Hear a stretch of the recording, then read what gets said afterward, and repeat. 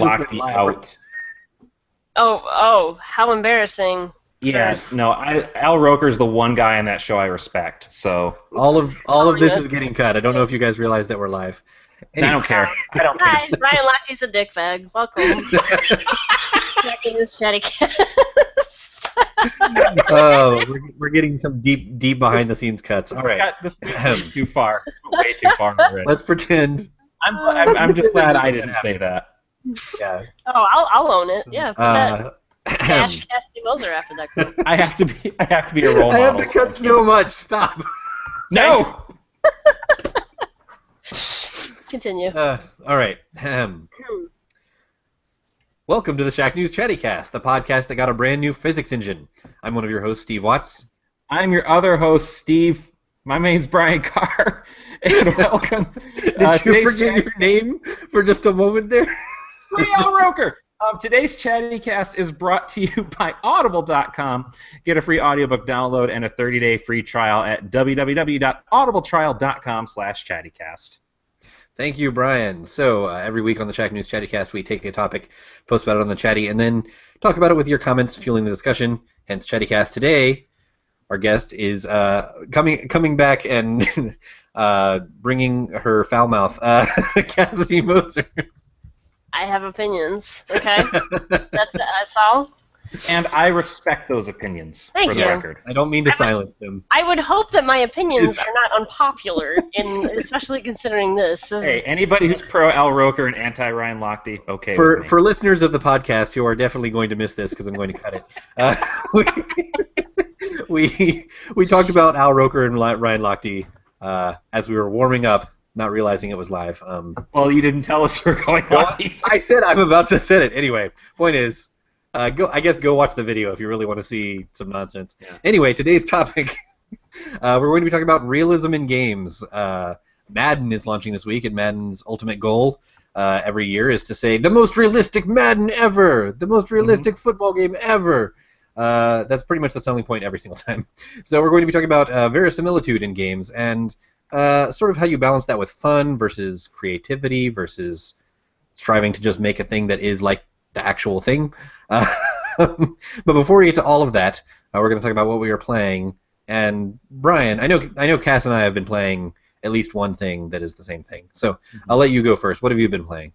All right. So of course, played some more Madden after the review went up. Nothing. Really, don't have much else to add. It was not up as of last week when we talked on the show. No, so can you give a little?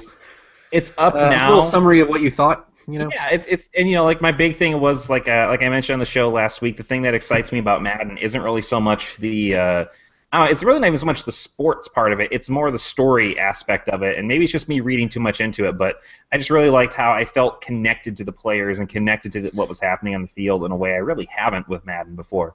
So well, it's just that's not. I don't think that's you reading into it. It seems like they made a conscious effort to do that with I think they did the live updated commentary and little moves like that you commented on in your review. It's smart stuff, and I think when you have the conversation about can we still keep this annualized, what's the imperative or justification for making a new version of this and selling it for $60 every time, I think that's a good way to do it.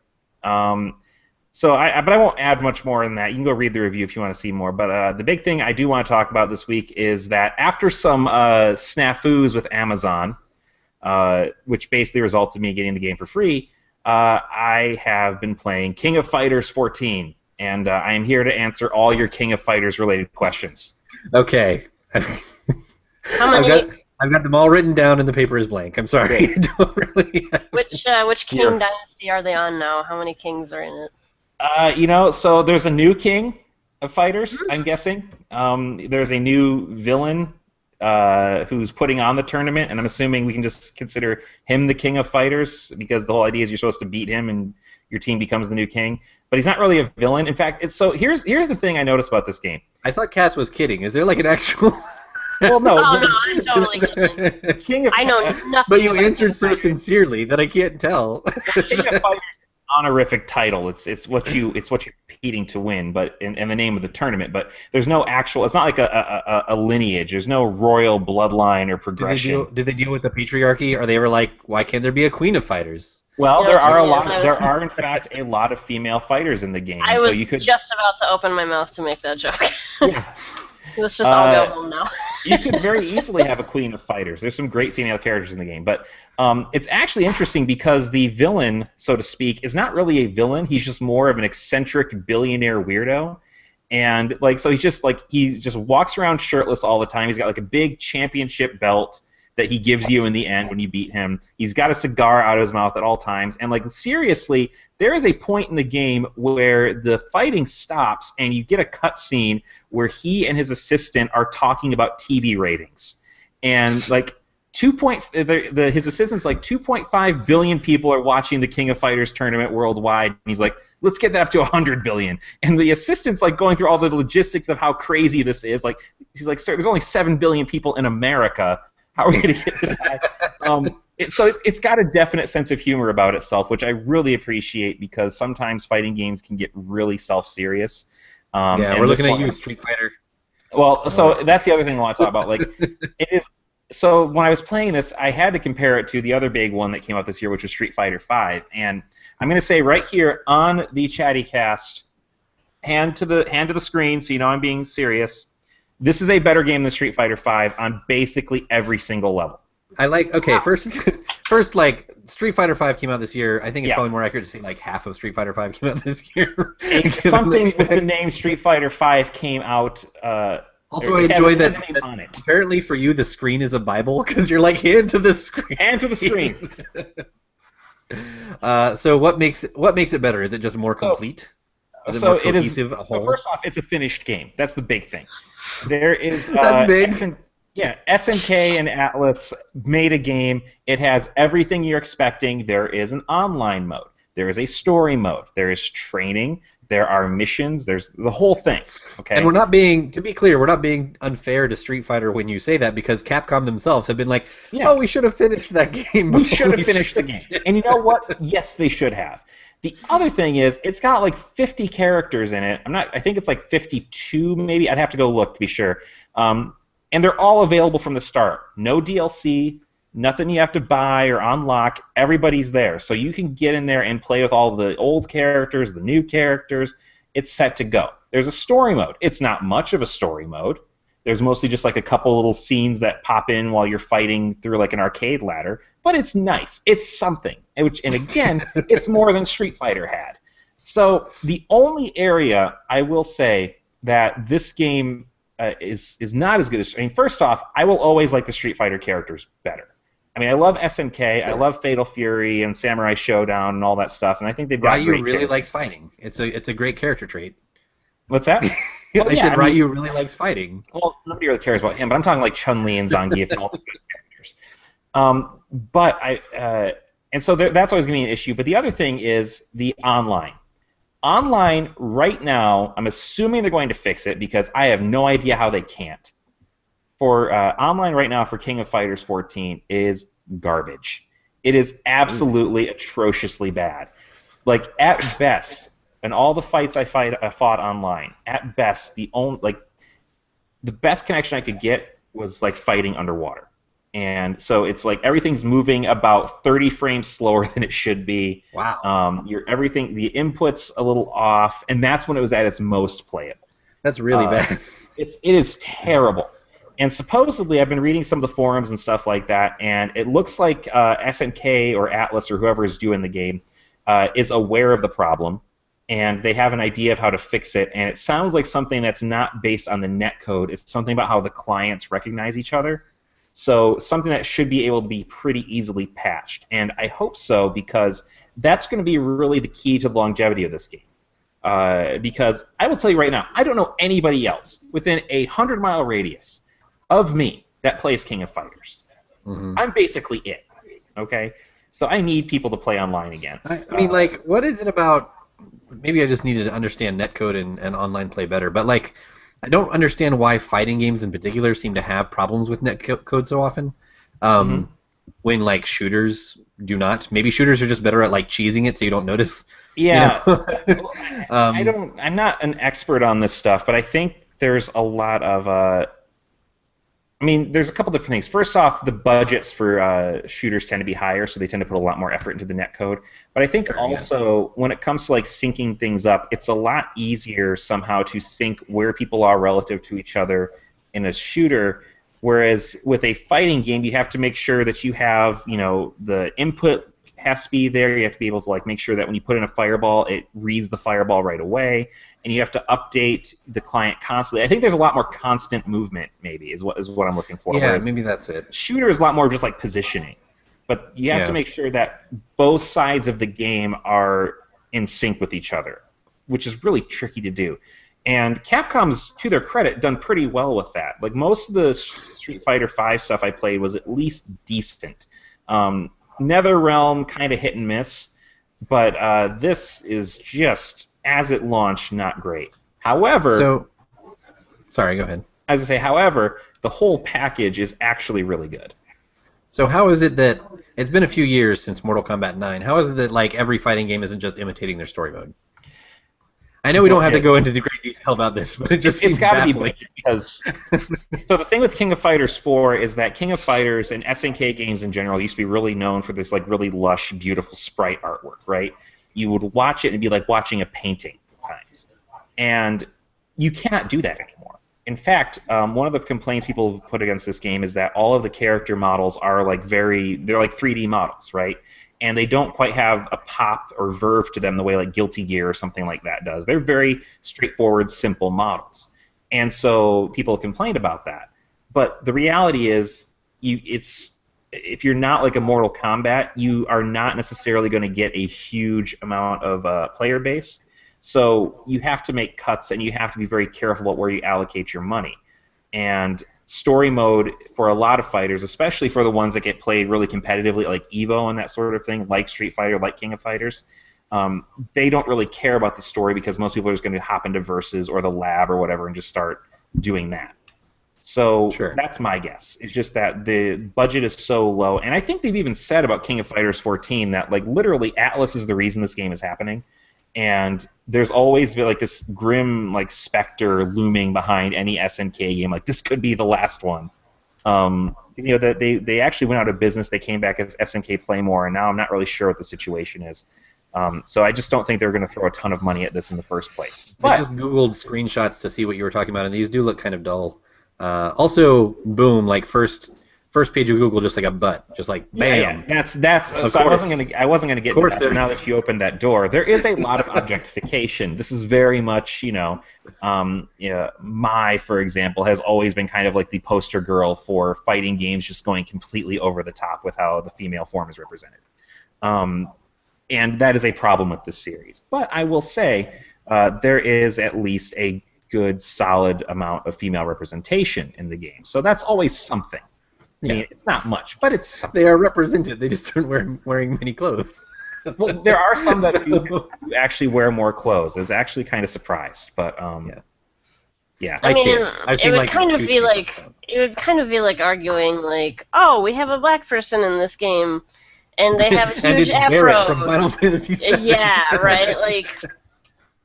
Yeah, and I mean. I guess technically. I will say that there's not a ton of that. Like, the racial representation is is not quite as regressive as the gender representation in some cases. Yeah. But Team Brazil definitely has some like ethnic stereotypes associated with it. Right? They're my favorite team so far, but they're very much kind of in that mold of this is what people from Brazil would look like, and one of them has a toucan for a pet. Cool. Yep, okay, good. Yeah, awesome. Good, well done. It's my favorite character so far. So before we spend the entire show talking about King of Fighters, I guess, what have you been playing? So I have 3 games actually I want to talk about. The first one I'll knock out real quickly because I think I'm the only one here that's been playing it. My review for Grow Up is going live in that's right. 40 minutes, I think. Yeah, I finally got around to that freaking thing after... So I've had a code... After it was straight up broken? I've had a code since like last Tuesday. Online? Yeah, no, I've had a code since like last Tuesday, and I would boot it up, and it would literally give me the epilepsy warning and crash. I'm like, awesome. Tried uninstalling it, reinstalling it, see if there was just a weird corruption thing. Nope, just straight busted. They were talking about it on other podcasts and on Twitter too. Finally figured out that there was a fix for it, but I was traveling at the time. Yeah, it was anyway. Long story short, it's going live today.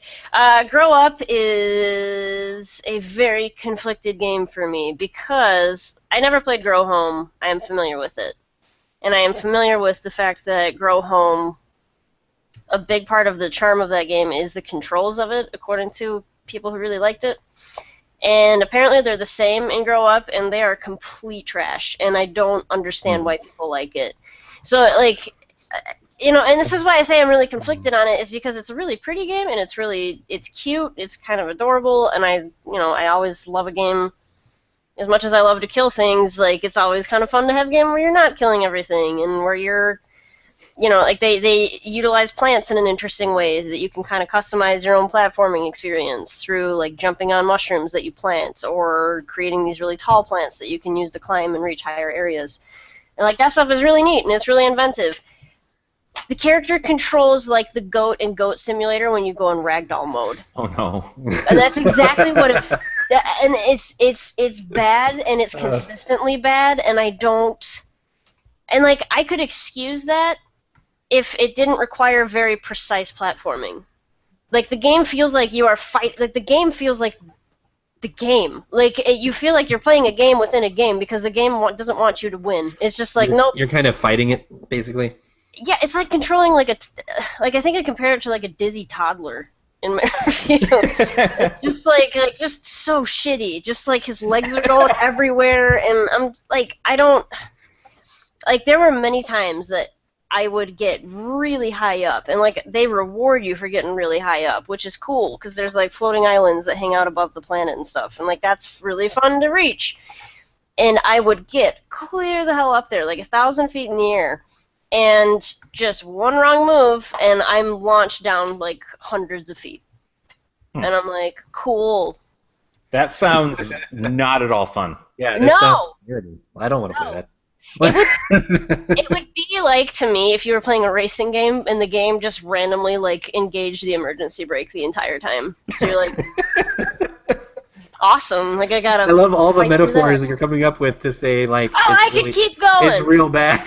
It's like riding a horse, but they've hobbled the horse's feet, and you're still supposed to run with it. It's so bad. It's bad. What's the line from, I think it's Hitchhiker's Guide, it like looks like a fish, moves like a fish, steers like a cow, or something like that? I mean, it's not unlike that. It does feel, I mean, it's super ragdoll physics-y, okay? Like, you have a jetpack, and like, the jetpack has the same amount of lift and impact as just like jumping, right? Like it just like you'll fall and it's like you'll engage the jetpack and like at the very end of the jetpack you might stop a little bit. And like they give you abilities that are supposed to help you curtail this, but they don't. And it's just like I don't understand the reasoning because everything else about it is super cute and I really really like what it has going for it. Anyway, I gave it a 6. Good art design, bad. Yeah, good art design, good ideas behind it. Yeah. Just I don't understand. Mm-hmm. And now I'm not feeling bad for not playing Grow Home because like if that's what that game was too, no thanks, I'm good. You're like yeah. Because like controls are really the one thing you need to get right in a platformer. Yeah. Right? Like, otherwise, what's the point? Everything else can look like trash. Mm-hmm. Whatever, as long as it controls well. I mean, we were talking about this in the Slack chat the other day. Like you should only fail in a game, ideally, if you failed to play along with the rules, right? Like failure in game should always be on the player, not on the game. Mm-hmm. And in here, it feels like it's on the game. And there's no get good argument about it. It's just like it's like trying to control a piece of toilet paper in the wind. Like there's no point. You can't do it. Another metaphor. These are great. Keep going. What other games have you been playing? I went for a run this morning, so I'm feeling really good.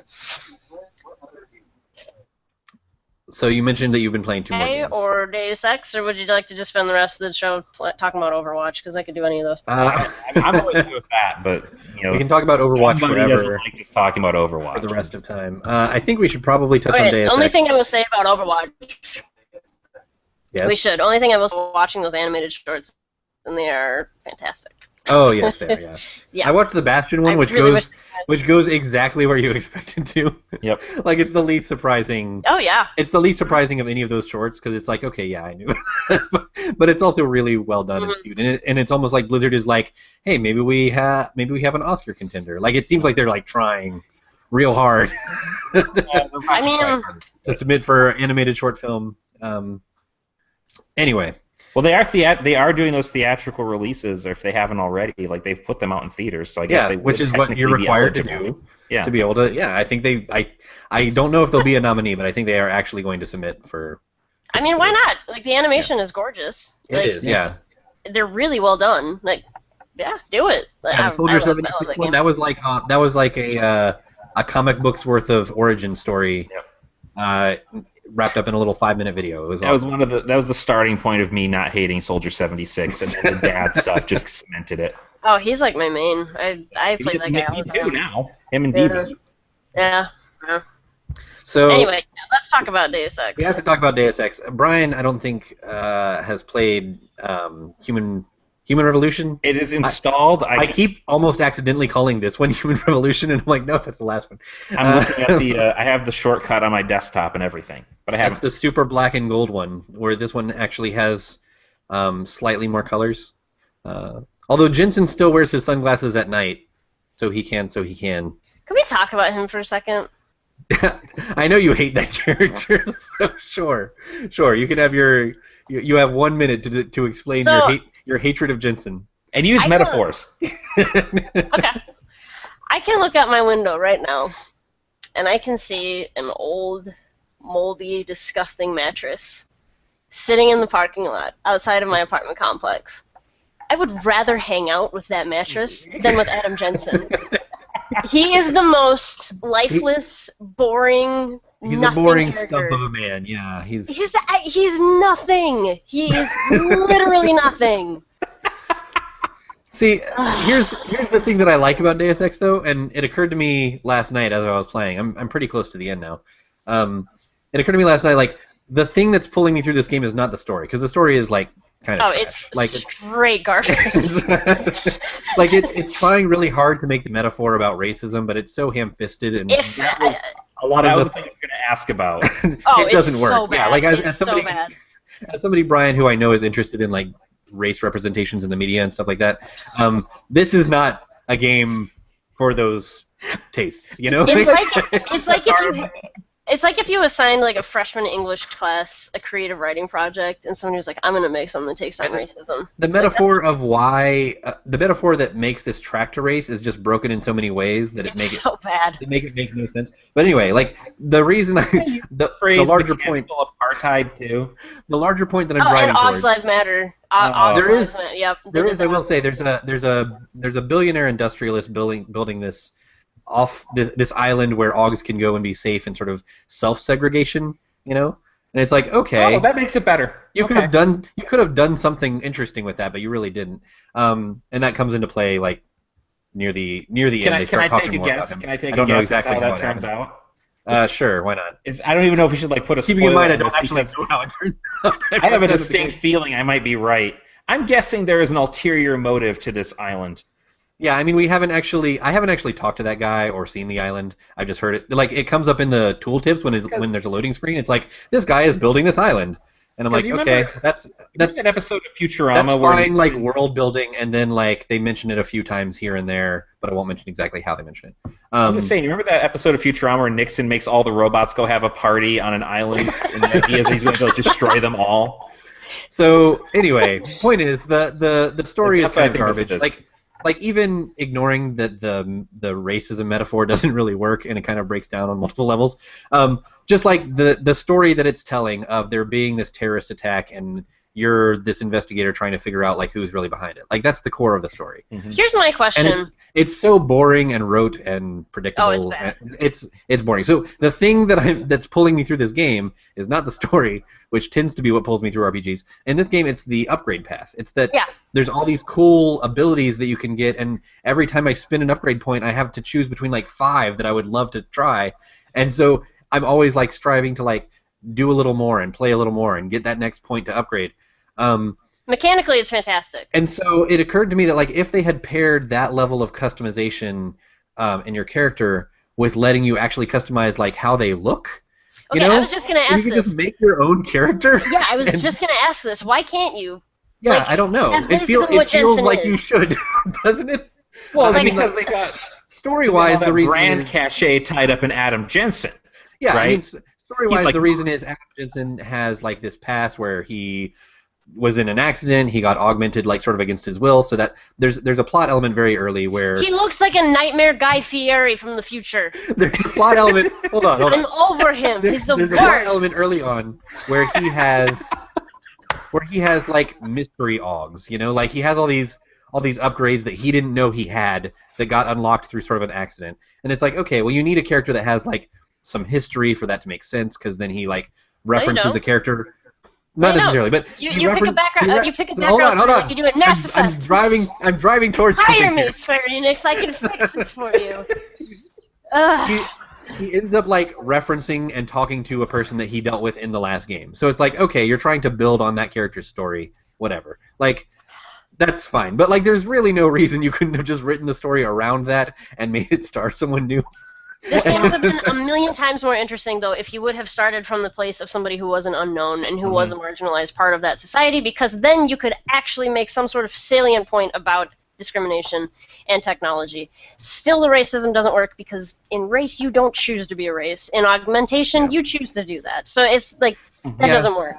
I mean, you choose it, and also the point that I brought up when you were talking about this in the chat room is like, there's no way that we can suddenly make every black person on Earth suddenly revolt and like start killing people. But like that's an actual real threat. Unless you listen to Fox News, and they'll tell you that's what Black Lives Matter is. That's a thing that happened in this world where all the Augs just started killing people. And it's like, okay, well, since that's a thing that actually exists, I can understand why people would be afraid of them. Okay. So it's not really a good metaphor for racism, because these people have perfectly just cause to be afraid of augmented people. It's true.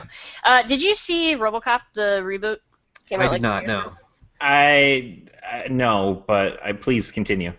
It was okay. It's not a terrible movie. It's fine. I love the original. The original is a classic. Oh, yeah.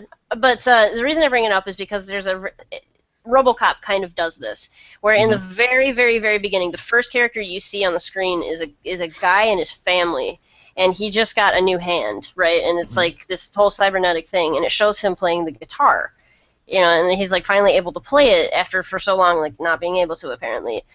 And he sits there and like, you know, they're all like so excited that he can do this, and like he sits there and like all of a sudden he just kind of stops and he's like, I can't like feel the strings, you know, and he's like talking about how there's kind of that loss of connection between him and the guitar. It's this really beautiful moment of levity, you know, and then it falls apart into this action movie. But I feel like that's kind of what Deus Ex tries to do, is like it tries to have this moment of like, oh, you know, look at these people and look at what they can do now, but then it just can't balance that. The reason that people are afraid of this subculture is because they can suddenly be made to do things against their will.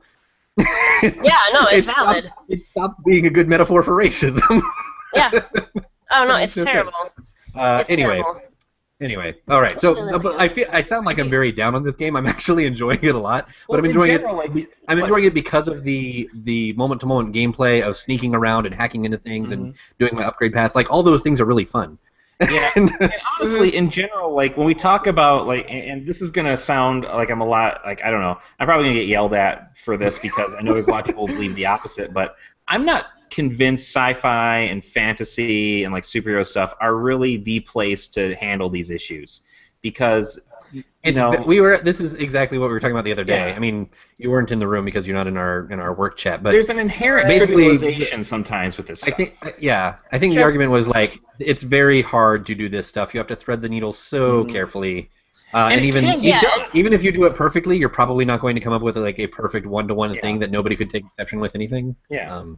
So. Well, and like this is always what I say, right? Like you can touch on anything in fiction. Everything is fair game, but you have to recognize that you have a responsibility to portray it fairly, or else you run the risk of influencing people's biases and communicating the wrong message.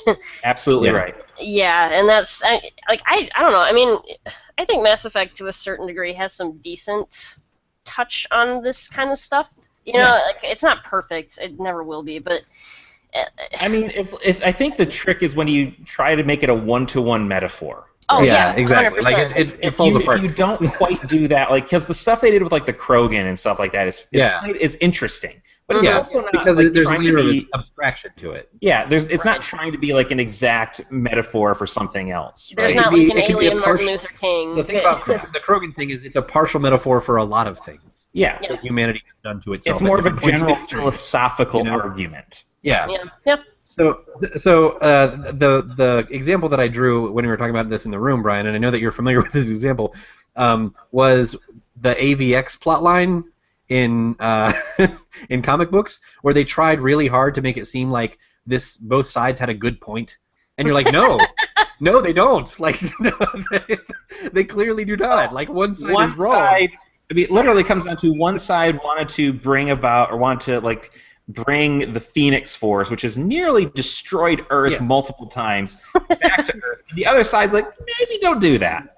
Yeah, and it's like, okay, you're trying to draw some sort of parallel to like a small nation having access to nukes or something to like be on par, but it's like this is a universe-destroying force, and of course. When they in AVX, spoilers for like a 5-year-old comic book, like when they get access to that, everything don't goes read to it anyway. But don't read it anyway. But like everything goes to shit because like of course it did.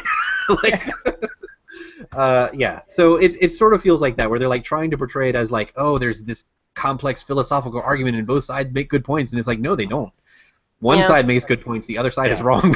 Like if you're gonna have I mean, this is something like we continue the comics metaphor. This is something like with like the original Civil War and that sort of thing. Like if you're gonna have this philosophical argument between two opposing sides in your story, and you want to make it so like you could side with either and make an argument for either and try to map onto real world context, you have to make both sides at least somewhat sympathetic.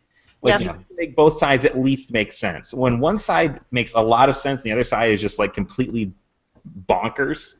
And it doesn't really seem to make any difference what dialogue choices you actually make. But when I'm given dialogue choices, I'm usually pretty sympathetic to the, whatever you call them, naturals, non-augmented people, because I'm usually like, hey, I kind of get why they're afraid of us. Have you seen what I can do? Like, I would be afraid of me too.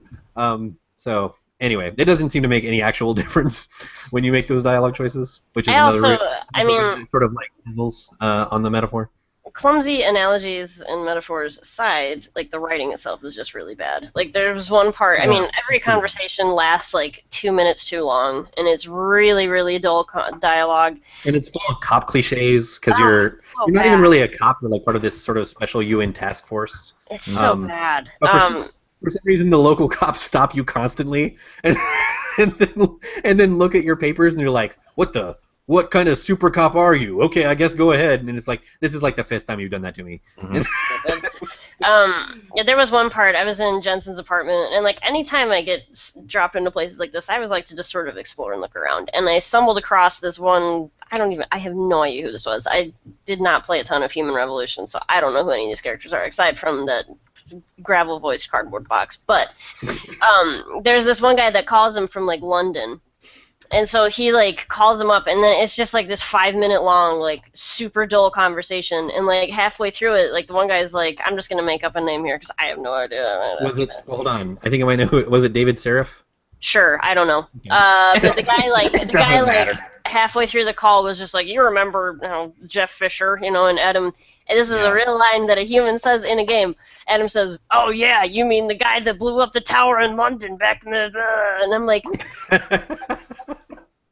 like the most inelegant way of being like, last time on Deus Ex. Exactly. That would be like, Steve, if you were like, oh, you remember Brian, and I'd be like, oh yeah, Brian, the guy that reads off our Audible advertisements and co-hosts a podcast with us. Like, Yeah. What? Like, It's not it's so bad, and that's just one example. It happens all the time. good. And It's here's the thing: horrible. when they have these side quests, I actually find those pretty. We actually need to wrap up talking about this, but when they have the side quests, I do find those pretty interesting. Like I ran into one where there was like a murder, and you can sort of rush to the conclusion if you want to, but you can also like do an actual investigation, look around for evidence, go talk to the guy. I had gotten an AUG update that like I can see people's heart patterns or whatever when they're talking, and it like tells you like this person fits into one of these 3 personality types. How do you think you should respond? And I responded in the right ways, where I got some information out of him that I wouldn't have otherwise that proved that he was innocent. So like that was cool. That was a cool little story that they told. And there's only maybe like I don't know a half dozen of those in the game. All sort of surrounding this main plot that's just kind of like meh. Anyway, but I like it. We sound so down on this game. I like it. It plays very well. It is a really fun game to just play, and that's the thing that's pulling me through. So it's an excellent stealth game. That game would be a solid 7 for me, I think, if I had to give it a number. Yeah, I might bump it up to an 8, depending on how well it sticks to landing. I'm not sure yet, so I'll see. Anyway, let's move on to speaking of unrealistic things, let's move on to our big topic. This week we're talking about realism. It is often treated as the ultimate goal in series like sports, racers, some shooters. But at what point does realism stop being fun? How should game developers strike a balance between the two? And the third question, does the goal of realism sacrifice a level of input necessary to make game development a creative endeavor? So if you're working on the Madden team, let's say, since that's the impetus for this, if you're working on the Madden team and you're just basically trying to make it more and more real, how much input do you have as a creator? Right. So I think it's weird for Madden because you have a real life template to draw from. Yeah. It's different from Doom or something. It's a real life game that, And fans are expecting a certain level of that, right? Like, you don't pick up an NFL game and not expect to see NFL players, NFL playbooks, that sort of thing. Right. And you also want to have something that approximates what you see on TV on Sundays. Right. In fact, one of the most fun things, what I like about sports games, one of the most fun things is when we're playing a sports game and somebody walks by and they're like, oh, I thought that was an actual game on TV for a second. That's kind of cool. Like, I can see, like, that's really telling the developers, hey, you did your job. However, your first question was, when does realism stop being fun? And this is going to sound flippant, but my answer is almost immediately. No, so, I'm not against that notion. That's sort of what brought this up, yeah. Because I agree. Sorry, continue. Because so when you make a game, you have to have you're approximating, you have to put rules, win conditions, failure conditions, etc., right? And like, let's say we talk about like a military shooter. In the real life, if you get shot, you are dead. Okay? Yeah. In a That's shooter, you get fun shot. To play in a shooter. You hide behind cover for a couple seconds, and then the screen stops turning red. It's inherently unrealistic. And I would not want to play I know there is a way you can play Call of Duty where one shot, one kill, but that sounds like something that is not fun at all. Okay. No, right. And with sports games, like, it kind of gets to that point, like, okay, yes, I think that if you're going to play a Madden game, it should be realistic, but how realistic can it really get when you still have like big buttons over people's heads saying, okay, hit B to throw to this guy, hit X to throw to this guy. Right. You have to still make concessions. But again, I get it. Here's where I think this I'm going to use this as an example because I think this brings to light a bigger thing. There are games where realism is being strived for that it absolutely shouldn't be.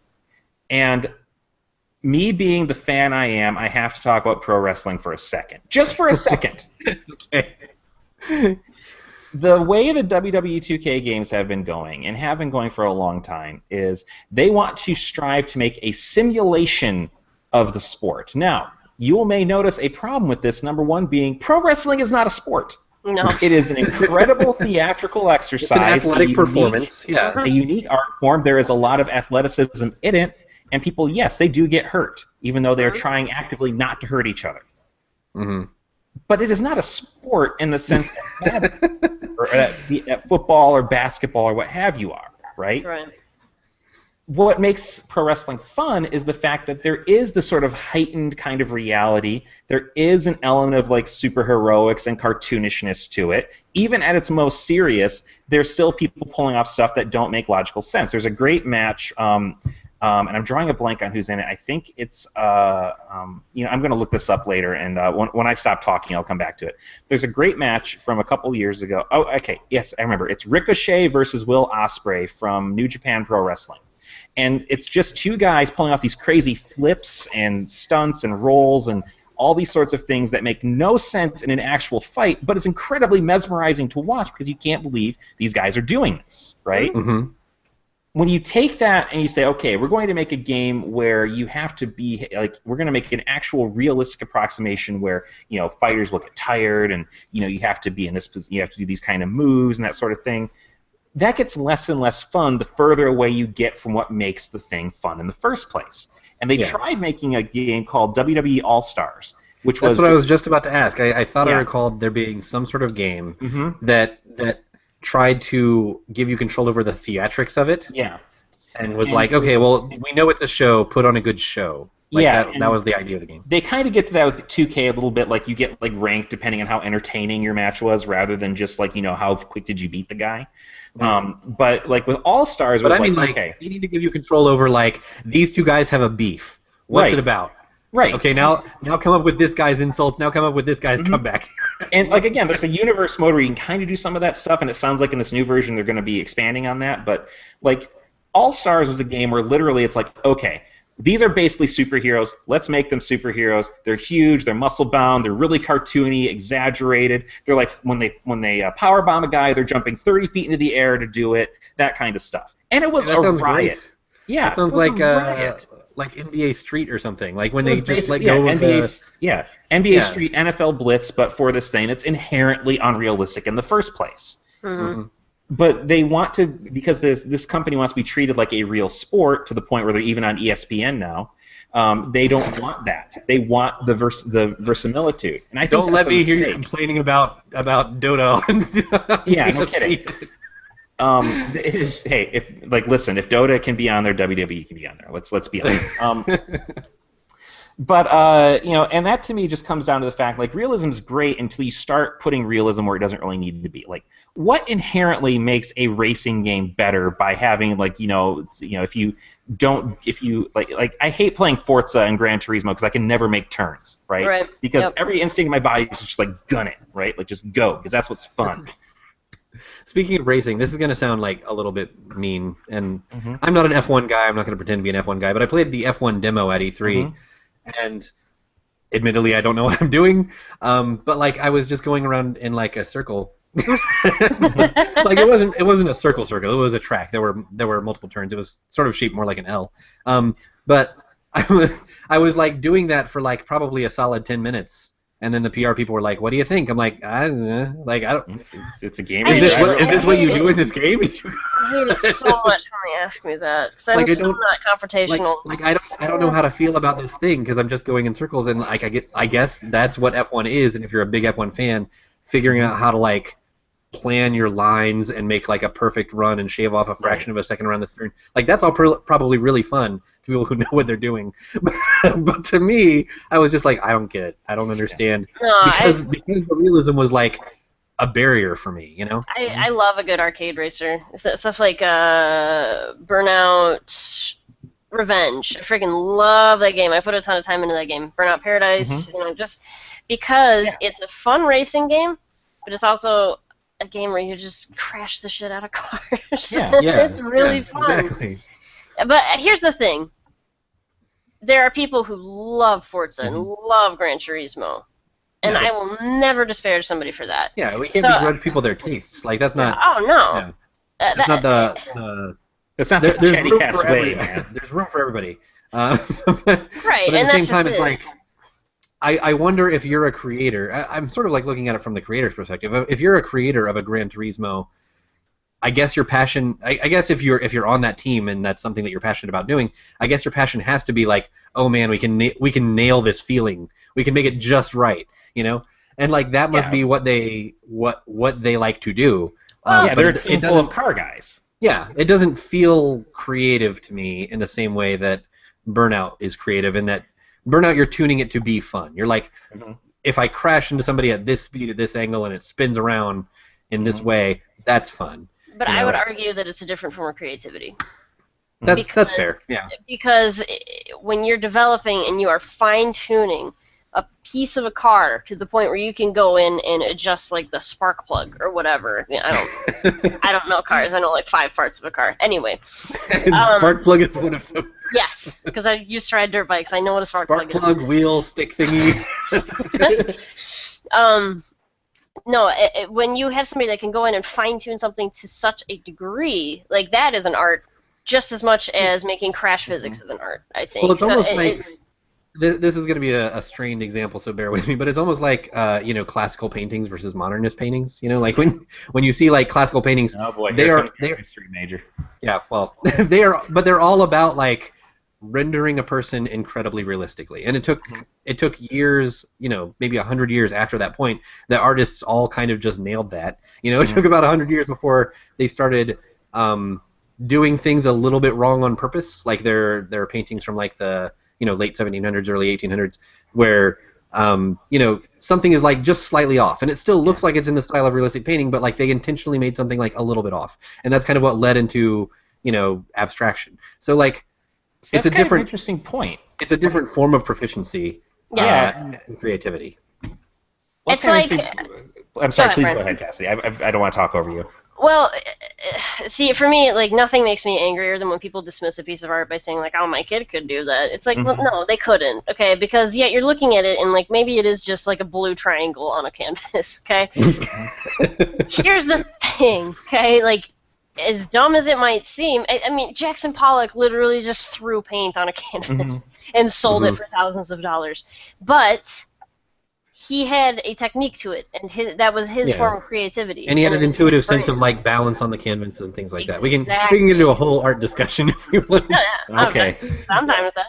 Yeah, but you're talking to somebody who went to the Museum of Art in Chicago and went through the modern art and looked at, just angry at fields of a gray block, and you're like, I don't get it. Look, I'm not saying that there isn't some ridiculous haughtiness and just. It was to me. It was the pictures of like of like naked ladies that you could clearly tell like they got tricked into this like, oh well he's an artist so it's okay. Yeah. This is dark. This is getting dark. So Brian, what were you going to say about? Well, I was going to say like the whole notion like I think it was really apt, and Cassie, I'd love to hear your thoughts on this too. When you were talking about the idea that there was this sort of rush to go to more photorealistic painting and that sort of thing. I wonder too if that like part of the reason things used to be so abstract was that technologically we couldn't necessarily replicate them before. But now we're at this point where we can, and so the temptation is, well, why don't we try to simulate this as closely as possible because we can. The photograph really killed the photorealistic painting. I was just going to say that. It did. Although, I mean, the photograph did. And the interesting thing about the photograph is that it, in turn, inspired photorealism, which in itself is trying to capture more than what a camera can capture. So it's kind of there's almost like an arms race with art once the photograph came about. Like that's just it to me. Is like there are different forms of creativity, and just because somebody has sat and fine-tuned the ball physics in a football game to make sure that it gets the proper spin or whatever, like that amount of obsession to detail to me is just as impressive as the person who designed the biomes and the vistas of Ratchet and Clank. Like it's different, but it's an equal creativity and it's an equal art form. So I will say, I think that the arcade stuff is more fun. Sure. Yeah. Sure. Like, that's a taste thing. That's a NFL Blitz or Madden. I will go with NFL Blitz every time. Because NFL Blitz is more fun. Well, it's like Madden's just a better simulation. I mean, the only sports I care about tend to be the ones where people are hitting each other. But I played the shit out of NBA Jam when I was a kid. I loved that game. And it was on fire. Yeah, it was great. It's not a realistic mechanic. I wish it was. I might watch basketball if it was. If you could set the net on fire, yeah. So. We went to like a weird heady place. Let's get back to Chatty's comments. Surgeon brought up the good point that let's get Chatty to bring us back. let's go real deep down. I just mean that like they're talking more about the actual subject at hand instead of our weird intellectual tangents. Down to normie status. Yeah. So Surgeon brought up this point, which I think was a good one. He basically brought up the point of choice, where Madden has difficulty sliders for basically everything, and Derelict 515 also pointed out that Madden offers an option to let the CPU call plays for you because most people have no idea what football play calls mean and when to use them. So anyone interested in football simulation would consider accurate play calling and play design to be one of the most important elements. So if Madden didn't have that option, those fans wouldn't be getting what they need. But it also puts in this tool that, like, hey, dummy, like we know you don't know how to call plays. And by hey, dummy, I mean like myself. I'm talking to myself because I don't know. I reviewed the game and that's what I use. Full disclosure, I have no idea what plays to pick in any given moment. So yeah, exactly. Like they always give you like 4 that they're like any of these 4 might work, but they clearly like have one that they're like this is probably the one you want to use. You know, so it totally makes sense to like have that option. So he's basically arguing like, hey, realism versus fun isn't necessarily at odds. It's just like letting you tinker it to your own liking. Yeah. Which and the new Madden's pretty good at that. Like they've made a lot of things to make it more accessible, which is to their credit. Yeah. And Surgeon also brought up, let's take a step back. You push a button to throw a ball. I mean, yes. I think the conversation will get more interesting when esports jumps into the VR space. Then physical limitations may be relevant other than poor reflexes. Yeah. So I mean, it is inherently abstracted. I think is the point. Yeah. Here's where things get weird for me. You want to talk about realism? Okay, they now have like championship tournaments for Madden. I know where you're going with this. Nothing's here. Just watch football. Like just it's already there. Like it's the thing. But there isn't enough football. They only air roughly 45 hours of it per week. Frankly, all time would be better spent on baseball. I'm just saying. But when they announced that at E3, I was just like, I just love that, like, we are at an e-sport of a real sport, and that cracks me up. Like, as someone who regularly watches Hearthstone pro players, I can't talk. No. Listen, I can't play Hearthstone in real life. Okay. That's true.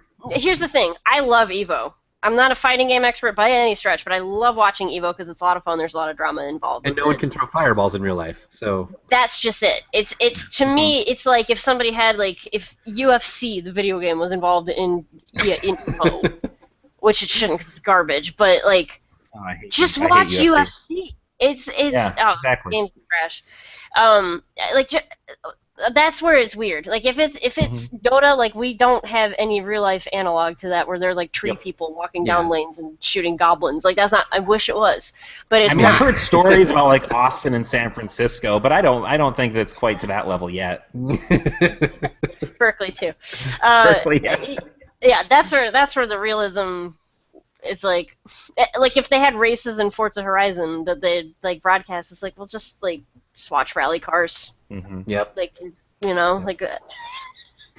don't know. There's a weird part where you kind of cross over into real life artistry and skill, and it's I just appreciate the real thing, maybe. Yeah, I that's a good point. I think that's a good statement. So we have to move on to our newsy bits and pieces. I have one more question to wrap up right before, and you can make your answer quick, Brian. Would you say Madden 17 is more or less on the I guess realism scale? Are they still pushing towards more? They're pushing towards more, and a lot of it comes down to the fact they're really trying to emulate that sort of live broadcast experience, they have the on-field graphics, they have the all that stuff. They're very much trying to be a replication of a football broadcast. Down to the downloadable commentary, which I still think is brilliant. That is a good idea. Yeah, it doesn't necessarily mean it's a bad idea. No. So. But they're going this way. That's what Madden fans want. That's what they expect. I'm just saying, if they want to bring back NFL Blitz every so often, please do. That's what Madden fans crave. So Mario football also. A word from our sponsors, Brian. Yeah, real quick. Audible. Audible.com. They're offering you Shack News Chattycast listener, a free audiobook download and a free 30-day trial to check out the service. Tons of great games, tons of great books on games, tech, and hundreds of other topics to choose from. All you got to do, go to audibletrial.com/chattycast. That's audibletrial.com/chattycast. Get your free audiobook download. There's over 150,000 books, so there's a good chance you'll find something you like. audibletrial.com/chattycast. Proud sponsors of this here Chattycast. When you started with you should, I'm like, uh-oh. So we're gonna start. We're gonna do the newsy bits in a very quick fashion here. I'm gonna do the give me your opinion in 10 words or less. Which I think is how we should just do it in general, but because they're newsy bits. That's the whole point. So I've got two on the docket here. Very quick hot takes. First, the ZeniMax lawsuit has now updated its documents to accuse John Carmack of just outright theft and former Lucky of misrepresentation. Go. Brian's reaction was to laugh. Cass. John Carmack, really? The guy who basically created everything? Not like he put on like a black jumpsuit and snuck in, but like taking stuff with him. Theft. Yeah. I don't know. I have no real opinion on this, to be honest. All right. I haven't been following this at all, really. Next up, PlayStation Plus is jumping up $10 with no apparent promise of like better services. That one I'm mad about because that I think the entire internet is mad about. Yeah. What am I getting? Like, they're still gonna give me like some little tiny game that nobody has ever heard of as a PS Plus game. Like this was definitely a messaging problem. If they could have like paired it with, we're going to use the increased funds to strive for blah blah blah. Like even if they didn't connect it to a specific promise, if they just like promised that they were going to try to do something, I would accept faster download speeds. Yeah. Faster, or hey, why don't you just give us all free membership to PS Now? Yeah, something. Or that.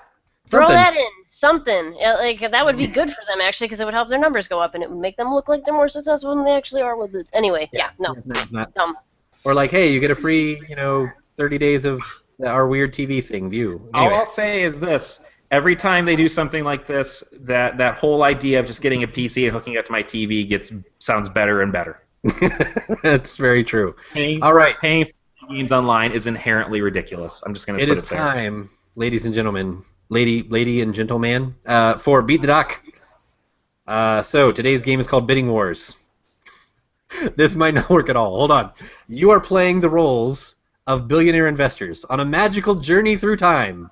Oh, so like every day for me.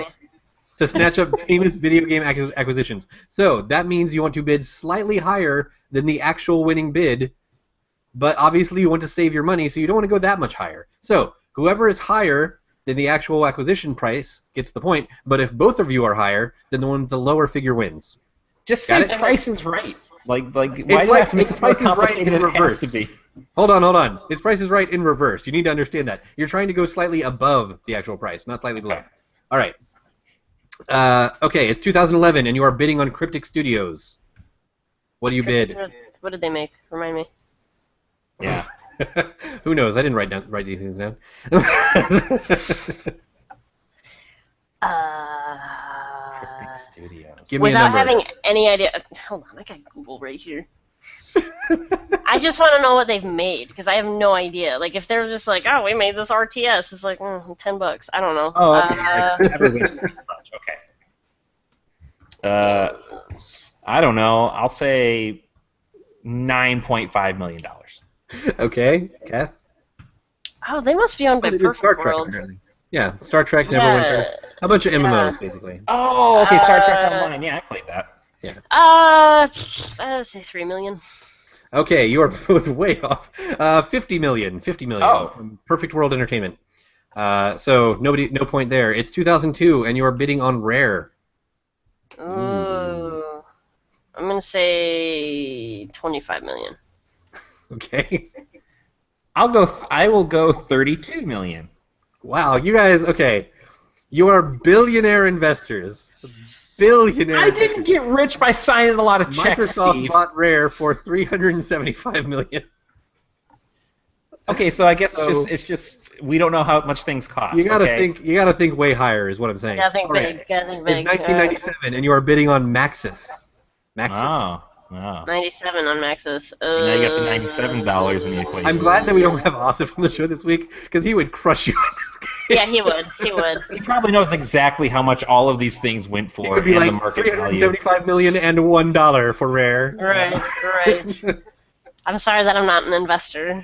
I wonder if anyone's ever done that. They just do the $1 more trick Yeah, like, in a bidding. And they're like, they well, those have are the to, rules. right? We have to take it. Which, by the way, if you're ever on Price is Right, never do that. Nobody likes it. You're not clever or smart Everyone for doing hates it. you. Everybody Okay, hates back you. on topic. Maxis, guys. Maxis. Maxis. So did they were making SimCity at this time. They hadn't made The Sims yet, right? No, I don't think they had made The Sims yet. Sims is like 2000 onward, I think. Okay, I'm going to say 80 million. Okay, Brian? I'm going to say 300 million. Okay, Brian wins the bid. It's 125 million, but you way overpaid for that. I still lost. Like, I don't even think that should count as a win. It's 2007, and you were bidding on BioWare. Ooh. I'm going to say 200 I'll million. drop a small hint and say this is the biggest one of all of them. Yeah, Oh, okay. Alright, let's go. Oh, I It's think freaking BioWare. I think You I know remember what? hearing about this. Let's say 425. Okay, Brian? I'm going to go for $1 billion. Oh, Brian wins that one too. It was $775 million. I knew it was some ridiculous which number. is insane. Okay, it's 2013, and you're bidding on Volition. Oh. Volition. I can't possibly be objective about this one. You're gonna be like all of the dollars. Like, just keep making what you're doing. It's all perfect and beautiful. I kind of remember this from the THQ meltdown. I'm probably misremembering it. I'm going to say 225. Okay. I'll go 365. Oh, Cass wins that one. It was actually just 23 million. They kind of got it for a song. What? Yeah. No, that is Coke Media unacceptable. bottom, yeah. That is unacceptable. For as Coke much Media joy bottom. and light as they have Coke brought to or- the world. Either Coke or Koch Media. I don't know how they pronounce it. I don't know if it's like the Koch brothers or not. But yeah, not related, by It's the way. just not the I Koch looked that brothers. up. they got a real. No. I'm curious. I wouldn't be able to buy it anymore if I was. No, yeah. So, all right, last question. This one's kind of just for funsies, but it's a week ago, and you're and you're bidding on Nintendo's stake in the Seattle Mariners. I see that tickled Brian. The sad See, thing now, is, now you're asking me to go into sports. I have no idea. here's the thing. I actually follow this Chad. stuff, and I still couldn't tell you. So I'm gonna say they had probably, if they had a majority, I'm gonna say 510 million. Okay, Cass. 511. It was actually $661 million. Oh man! Just Nintendo's stake in the Mariners. Wow. Technically, you didn't do the $1 trick. You did the $1 million. Yeah, the 1 million trick. So yeah, Brian wins that stupid game that doesn't really work. Never do that again. No, that was a bad one. But In I had fact, to I do it a week. relinquished this win. I I had to washed do it my a week hands. that of it. Asif wasn't here, and it couldn't just be chiptunes again. Can't do that every week. I wash my hands of this game. I do not accept this win. It's all good. We'll call Asif the winner, even though he wasn't here. We'll just be Yes, he confident can in the have knowledge it. that I don't care. I don't want he it. would have won. I have a feeling I'm gonna get berated in Slack anyway, so it's fine. Whatever. Let's go for it. Didn't know who was it? Cryptic? Didn't know what Cryptic did? Whatever. No. Your metaphors are better. A friend of mine works a Perfect World too. You'd think I should probably know Yeah, that. Cass wins the metaphor game that Yeah. we had unofficially going on. Anyway, we're going to get out of here. I'm going to give you both chances to do plugs very quickly because I know we have to run. But Cass, what do you have going up soon-ish? Grow up Now-ish. review, and then I'm gonna be at PAX next week. Yeah. Yes, I'm probably gonna jump on Chatty too because I'm gonna be doing a lot of audio coverage there actually. Probably more than writing. I don't know. We're kind of looking at that balance still, but my plan is to interview a bunch of people, catch it on audio, kind of release it in like a podcast format. Yeah, there's going to be a Toe Jam and Earl. We'll probably put that on the podcast feed, whatever form the audio thing makes. We don't know what it's going to be. Didn't because Toe Jam and Earl just get picked up by Adult Swim Games, which is yes, really it did. Yeah. like a natural fit. We never thought in a million years. So That's weird. perfect. But yeah, like basically, obviously Cass is going to be doing written coverage, but the amount of time it takes to get out all the written coverage is just unrealistic. So we're going to be trying some experiments with putting stuff up as audio that there's just no point transcribing it into a written form. So yeah, could be fun. And of course, you're perfect for that on account of the podcasting and all. Yeah. See? You got all that experience. And, I like to think I'm a decent you got all that interviewer. experience in dealing with idiots in an audio Right format. here. So Brian, what is up? Yeah, you can go read the Madden review, Madden NFL 17. It's on Shaq News. It got a 7. That means it's good.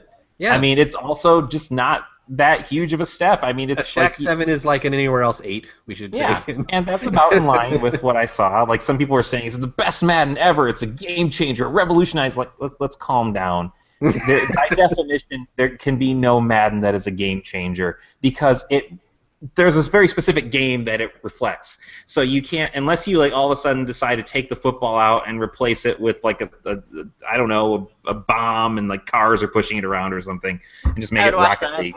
Yeah, I don't know if this would apply to sports game reviews or not, but when I do a review, I try to ask myself, like, how am I going to feel about this in 6 months? Am I going to look back and think, like, oh my god, that blew my mind? Or am I going to look back and think, like, oh yeah, I remember liking that. You know? I mean, Madden's a thing. Usually it's the latter. So. In 6 months, I'll probably look back at Madden and think, you know, I could probably play some more Ultimate Team. That might be fun. Yeah, some more Draft Champions. Probably do that. That's about as far as I'm going to go. You With probably drop $10 in some more Ultimate Team packs. In 6 months, I'm going to be sick of football anyway, so who cares? It'll be baseball season again. Yeah. Still be playing Overwatch though. You'll be annoyed with the Lions all over again, and you'll go back to your baseball. Because Cassie, you know what? Overwatch, Game of the Year. It's pretty good. Yep. Nothing else. I know. See, Asif isn't here to yell doom at you. When Here's the thing. I played both of them last night, and they're both very good. They're both great. They are both good. Yeah, I'm sure they're both going to be like somewhere in my top 3. But Overwatch, unless the fall Gorilla schedule with like lightning just blows my mind somehow, I'm betting those two will be in my top. I'm probably going to argue for Rise of the Tomb Raider on PS4 as well, just because nobody played it on Xbox, so it's kind of new. Can I tell you something? It's new to me. I played it on Xbox, and I will 100% back you because it was the best game of last year. It'll be the best game of this year too. I love the Tomb Raider games. It'll be the best game of every year. They'll release a Game of the Year version next year. Every year it comes out, it is the best game of 2017. I'm okay with that. All right. I'm hoping for Final Fantasy 15 to be good. I want to cry at the end of that game. I think there is the capacity for that to happen. I don't even know what. Maybe next week should be a fall preview show because I don't actually know what else is coming up. I'm just saying. Have you heard those? Here's the other thing I'll plug. Have you heard the Florence and the Machine songs for Final Fantasy 15? I mean, I've heard the one in the trailer. If you haven't, pull them up on Spotify. They are beautiful. They are a cut above most video game music, and almost. This is the weirdest thing to plug. Florence, they'll make you feel things. Florence and the Machine. Feelings that Brian didn't know he had anymore. I know. It's just like I just listened. She's like, I'm listening. Like it's so true. It's so true. You just she's really getting at the core of some emotional. Florence just gets me so much. So anyway, I have my Hearthstone guide going up as soon as I can finish all of the levels on Heroic, I guess. And I also actually have an interview going up. I conducted an interview a little earlier this week, and there are some little interesting tidbits in there about how they're handling things like the arena balance changes. I know neither of you know what I'm talking about or care, but for Hearthstone fans, it should be interesting because it was interesting to me. So I've already got the quotes transcribed. I just need to kind of tie them all together. So that'll probably be going up either this afternoon or tomorrow morning. So that's it. That's the show. We're done. Great. Aha! Hey. We kept it to a slim hour and 15 minutes. All right. Thanks for listening, everybody. For Cassie Moser, I'm Steve Watts. And I am Brian Carr. And we will see you on Chatty.